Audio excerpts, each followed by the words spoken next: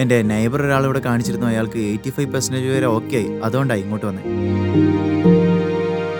ഇപ്പോൾ 9 months ആയി. So പ്രോപ്പറായിട്ട് അവർ പറഞ്ഞ പോലെ ഞാൻ ആഹാരം കഴിക്കുന്നുണ്ട്. റിസൾട്ട് നല്ലതായിട്ട് വരുന്നുണ്ട്. അവരുടെ ജോലി അവർ കൃത്യമായിട്ട് ചെയ്യുന്നുണ്ട്.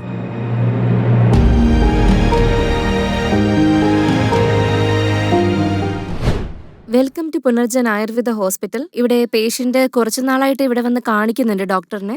നമുക്ക് ചോദിച്ച് മനസ്സിലാക്കാം എത്ര നാളായിട്ട് മെഡിസിൻ കഴിക്കുന്നുണ്ടെന്നും എന്തൊക്കെ വ്യത്യാസമുണ്ടെന്നും ഇദ്ദേഹത്തിന് എന്ത് ക്യാൻസർ ആണെന്നും അതിന്റെ ലക്ഷണങ്ങൾ എന്തൊക്കെയായിരുന്നെന്നും നമുക്ക് ചോദിച്ച് മനസ്സിലാക്കാം ഡീറ്റെയിൽ ആയിട്ട്. സാർ നമസ്കാരം. സാറിന്റെ പേര്?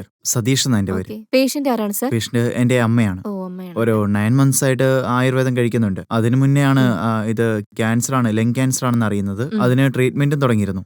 അതിനുശേഷമാണ് ഞങ്ങൾ ഇങ്ങോട്ടേക്ക് വന്നത്. ഇപ്പോൾ ഒരു 9 month ആയിട്ട് ഇവിടുന്ന് മെഡിസിൻ വാങ്ങി കഴിക്കുന്നുണ്ട്. ഇപ്പോൾ വീണ്ടും ഞങ്ങൾ സ്കാൻ ചെയ്ത് നോക്കിയപ്പോൾ അമ്മയ്ക്ക് ഇപ്പോൾ നല്ല റിസൾട്ട് ഉണ്ട്, നല്ല മാറ്റമുണ്ട്.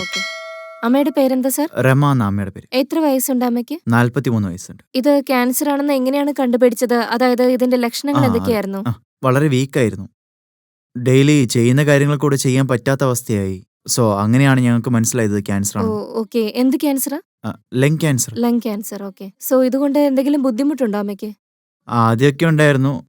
പിന്നെ ഒരുപാട് ബുദ്ധിമുട്ടായി. ഇപ്പോ അമ്മയുടെ ജോലി അമ്മ തന്നെ ചെയ്യുന്നുണ്ട്. ഇപ്പോ വേറെ കുഴപ്പമൊന്നുമില്ല. സാർ 9 month ആണോ 10 months 9 month ഇപ്പൊ കംപ്ലീറ്റ് ആയി. അല്ലേ? ഓക്കെ. സാർ ഈ 9 monthsന് മുമ്പ് 6 months ആയപ്പോൾ എന്തെങ്കിലും റിപ്പോർട്ട് സബ്മിറ്റ് ചെയ്യാൻ പറഞ്ഞിരുന്നു?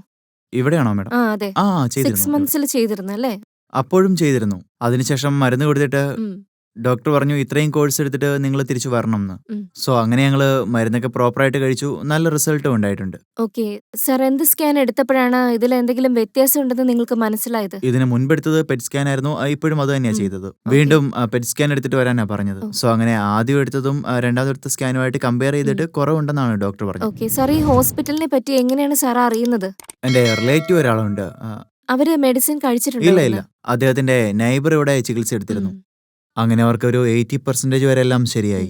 അങ്ങനെയാണ് ഞങ്ങൾ ഇങ്ങോട്ടേക്ക് വന്നത്. ഓക്കെ. സാർ ആദ്യമായിട്ട് ക്യാൻസർ വന്നപ്പോ സാറിന്റെ ഒപ്പീനിയൻ എന്തായിരുന്നു? സാറിന്റെ അമ്മയ്ക്ക് ക്യാൻസറിനെ പറ്റി എന്തെങ്കിലും ബോധ്യം ഉണ്ടായിരുന്നോ? ഇല്ല, അങ്ങനെ ക്യാൻസർ വന്നപ്പോ ഇത് എന്തുകൊണ്ടാ ഇങ്ങനെ വരുന്നേ എന്നുള്ള ചിന്തകൾ ഉണ്ടായിരുന്നു സാറിന്? അതുണ്ടായിരുന്നു. അത് വന്നു കഴിഞ്ഞാല് എല്ലാവർക്കും വയസ്സായ പോലത്തെ ഒരു ഫീൽ ആയിരിക്കും. ഇനി എങ്ങനെയായിരിക്കും മുൻപോട്ടെന്നുള്ളത് ഓർത്തിട്ട് അവസാനം ഇവിടുത്തെ കാര്യം അറിഞ്ഞിട്ട് ഇങ്ങോട്ടേക്ക് വന്നു. 9 monthsൽ എന്തെങ്കിലും ഹോപ്പ് ഉണ്ടായിരുന്നോ? എന്തെങ്കിലും വ്യത്യാസം ഉണ്ടാകുമോ? പർട്ടിക്കുലർ ചില ചേഞ്ചസ് ഒക്കെ ഉണ്ടായിരുന്നു. അതെല്ലാം നോക്കിയിട്ടാ വന്നേ. ആദ്യമെല്ലാം ഭയങ്കര വീക്കായിരുന്നു. ഇപ്പോ അവരുടെ ജോലി അവർക്ക് തന്നെ ചെയ്യാൻ പറ്റുന്നുണ്ട്. എല്ലാം നന്നായി വരുന്നുണ്ട്. സാർ ഇത് കുറഞ്ഞതിന് ശേഷം എങ്ങനെയുണ്ടായിരുന്നു ഫീലിംഗ്സ് ഒക്കെ? കുറഞ്ഞു തുടങ്ങിയെന്ന് അറിഞ്ഞപ്പോ തന്നെ ഞങ്ങൾ വളരെ ഹാപ്പി ആയി തുടങ്ങി. ഓക്കെ. സാർ ഇപ്പോ 9 monthsൽ നല്ല വ്യത്യാസം ഉണ്ടെന്ന് പറഞ്ഞിരുന്നല്ലോ. ഇനി എത്ര മാസത്തോളം മെഡിസിൻ കണ്ടിന്യൂ ചെയ്യണമെന്നാണ് ഡോക്ടർ പറഞ്ഞത്? ഒരു 3 മാസം കൂടെ കഴിക്കാൻ പറഞ്ഞു. 3 months അല്ലേ?